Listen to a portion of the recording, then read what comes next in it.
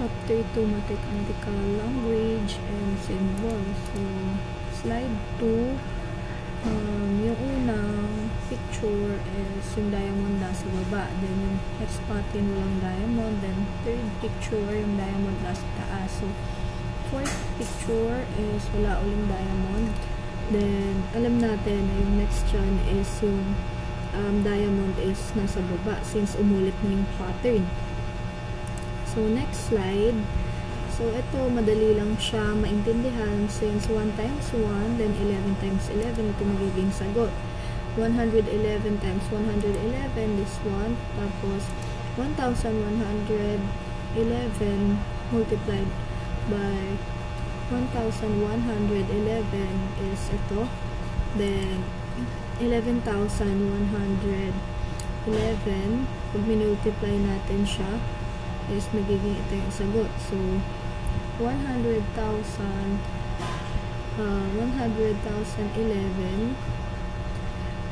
pag minultiply natin, so, pag kinalculate natin, yung magiging sagot is this one. Kaya natin siya nakuha.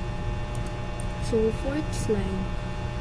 Dito, ito yung mismo explanation niya. So, pag in-square root natin yung 3, magiging 2 raised to 2. Pag 7, 2 raised to 3. Yung 15 naman is equals 2 raised to 4 minus 1. So, 31 is equals to 2 raised to 5 minus 1. So, ito naman yung next pattern since nakikita natin na yung first is ito. Then, yung next is dalawa nga. Then, yung third is naging ganito. So, kung susundan natin yung pattern ng drawing, yung magiging next formation or yung next na itsura is this one. So, ngayon, punta tayo sa how did you learn your native language? So, pwedeng maging Filipino, Chinese, English, Japanese, Korean, and many more. So, dito, makikita natin yung mathematics as language. Yung definition natin for language is a systematic means of communicating by the use of sound or conventional symbols. So, it is the code we all use para ma-express natin yung gusto nating sabihin and makapag-communicate tayo to others. So, applicable din siya in terms of mathematics. Ito yung components of language. Una is yung vocabulary of symbols or yung words. Next is yung grammar or yung mga rules na sinusundan natin wherein these symbols are used. So, third is yung community of people who use and understand these symbols. And last is yung range of meanings na magagamit natin para makapag-communicate tayo dun sa symbol. Ito yung characteristic ng language of mathematics. So, meron tayo dito, pwede natin siyang i-express as precise. So, ito, meron siyang very fine distinction. Pag sinabi naman natin yung concise, briefly naman yung paggamit natin dun sa language. Then, yung third one is yung powerful. We are able to express complex na mga language in terms of mathematics. So, eto, meron tayo ditong comparison between English language and mathematical language na ginagamit sa algebra. So, for symbol, pag English, English letters. So, kapag mathematical language, pwedeng Arabic numerals or English letters. So, gumagamit tayo sa English language ng vowels and consonants, while sa mathematical language, ang ginagamit natin is variables and constants. So, for English language, we use words, while in mathematical language, we use terms. So, for English language, we have phrases, and for mathematical language, we have algebraic expression.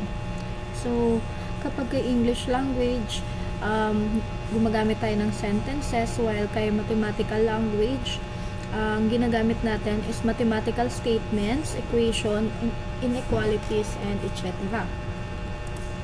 So, ito yung elements ng mathematical language. So, meron tayong number 0 up to 9, tapos yung mga signs, and yung mga ginagamit natin sa formulas.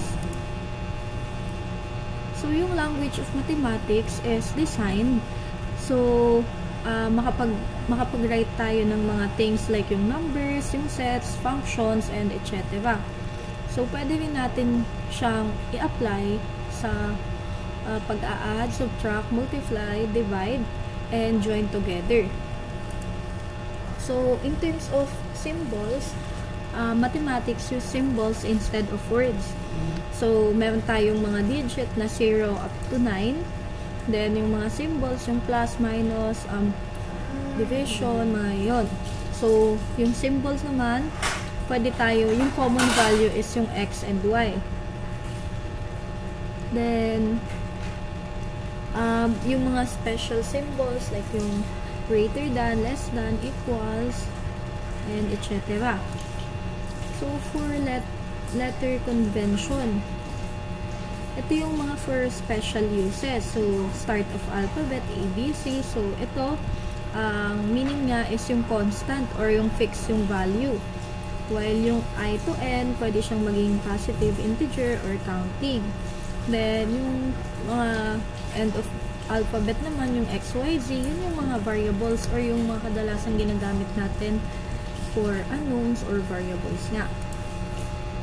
So, ito, example to ng paggamit natin. So, y is equals to ax plus b. So, ina-assume natin dito yung a and b, sila yung mga fixed values. While yung x, ito yung pwede nating palitan or napapalitan. And yung y is also napapalitan.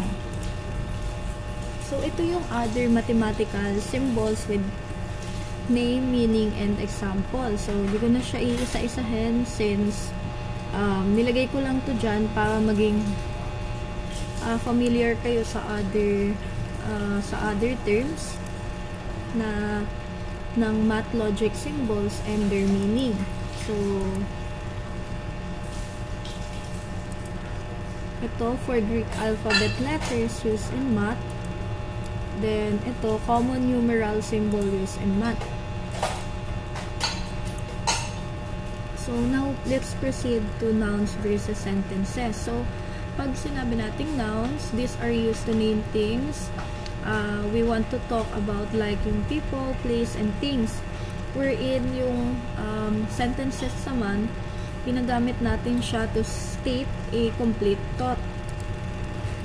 So, typical English natin, kapag sa sentence, meron siyang at least one noun and at least one verb. So, example, sniper has passed GE04. So, mapapansin natin na meron tayo ditong noun, then meron tayo ditong verb, which is yung past. Yung noun natin, yung sniper, since yun yung pangalan ng tao. How about expression versus sentence? So, yung noun, pwede natin siyang tawaging expression. While sa sentences, siya naman yung English sentence na nagtataglay ng complete thought or yung complete na sentence na merong at least one verb and at least one noun para matawag natin siyang sentence. So, ito, example, name given to and object. So, kapag ka noun sa English, example dito yung pangalan ng tao, pangalan ng lugar, and while dito naman kapag sa mathematics, ang tawag sa noun ay expression. So, example dito is 5, yung 2 plus 3, and yung 1/2. Sa complete thought naman or for sentence, sa English term, the capital of Philippines is Pasig. The capital of Philippines is Manila. While kapag ka sa mathematics, example is yung 2 plus 3 is equals to 8. Then, another one is yung 2 plus 3 is equals to 5. So, ito yung mga pag-classify natin kung English noun ba siya, mathematical expression, English sentence or mathematical sentence or MS. So, i-identify nyo dito kung yung cut ba, ano ba siya? English noun ba siya? Mathematical expression ba siya? English sentence ba siya? Mathematical sentence? So, i-identify dyan. Ito naman, meron tayong tinatawag truth of sentence. So, ito, yung property of being true or false. Ito yung mga importance in mathematical language. So, discuss natin siya. Dito, i-state natin whether the sentence is or are true or false. So, kung sentence ba yung cat, kung sentence ba yung to, the word cat begins with K. So, true or false daw ba yan? So, i-classify niyo dito kung ano yung true na nagtataglay ng sentence.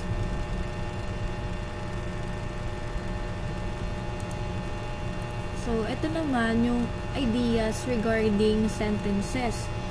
Kapag ka may verb. So, in mathematical sentence, yung 3 plus 4 is equals to 7.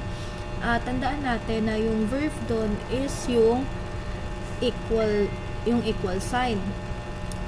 Siya yung isa sa pinaka-popular na mathematical verb na ginagamit. While yung 3 plus 4 natin, siya naman yung tinatawag natin na yung sa solution. Kumbaga, 3 plus 4 is equals to 7. Yung equals, yun yung verb.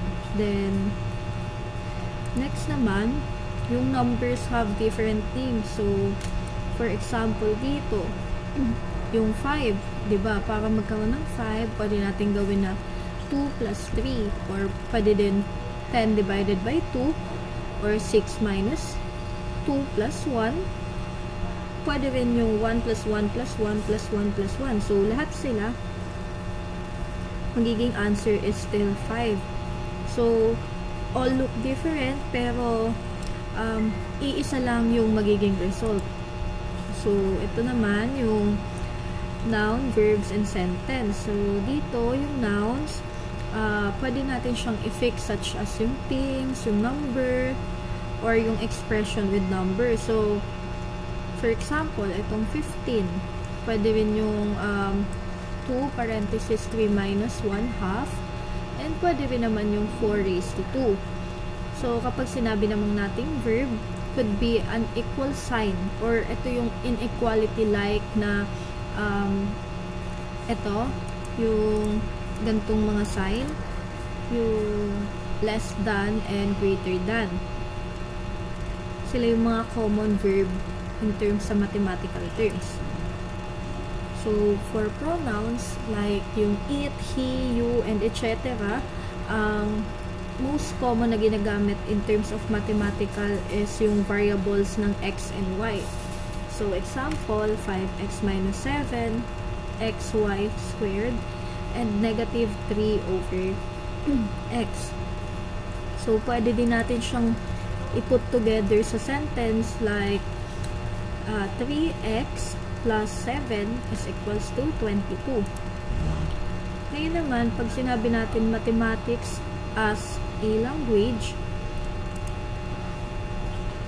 ito yung inequalities and yung equalities. So, yung equals, nabibilang siya sa equalities. Yung congruent, same size and shape, so sa equality siya. So, yung similar, same shape, since similar, equal siya. So, sa equality siya. Well, inequality, malalaman natin kung less than siya, greater than, pag less than or equal to, yung approximately equal to, and not equal to. So, ayun naman yung mga inequalities natin. So, expression versus equation. So, meron tayong numerical and meron tayong variable. So, sa expression, yung 2 plus 3, then yung 5, parenthesis 8 minus 4, sa numerical yun. So, pag in-equation natin siya, 2 plus 3 is equals to 5. Yung 4 plus 2 parenthesis 3 is equals to 10. So, for numerical pa rin. Pag in-inequality naman natin siya, 9 minus 5, tapos, meron tayo ditong 3. So, kapag variable, ito yung example, yung x plus 7 and 8 minus 3y, since may variable tayo na y and x.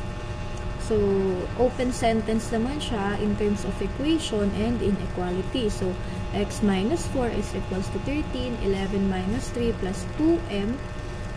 For inequality naman, 6y minus 4. Then, open sentence naman, yung tawag sa kanya.